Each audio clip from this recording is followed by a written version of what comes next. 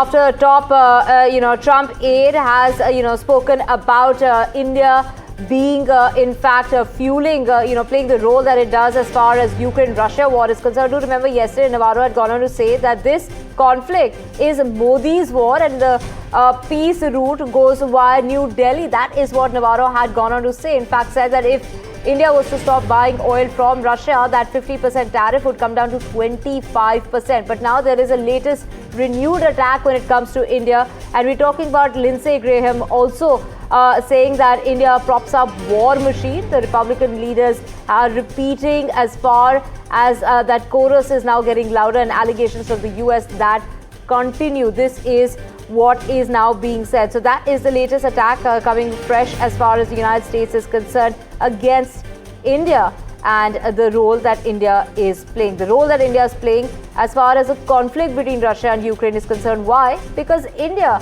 continues to buy Russian oil while it's singling out India, and that is something that the Democrats won't stand for. In fact, they've been calling out the Trump administration for this. We have Vishal joining us in order to get us the latest. Vishal, take us through what is being said now.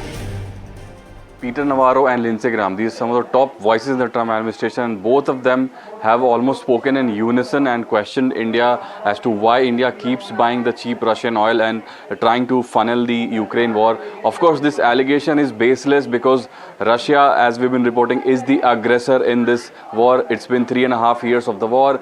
Almost 1 million people would have been killed, and if there's anyone to blame for that war, it's mostly Russia or Ukraine, because both the parties are involved in the war.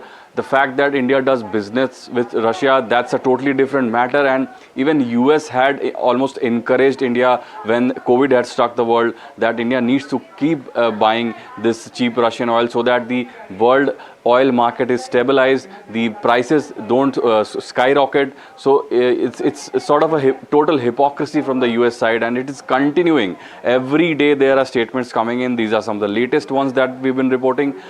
Peter Navarro is the top trade advisor of Trump. He's been speaking on this mostly, and he's been quite vicious in his attacks. Last day he said that it's Modi's war, Ukraine war is Modi's war. That was the biggest attack, and now he's followed that up with this latest statement saying that India is now reduced to being Kremlin's laundromat.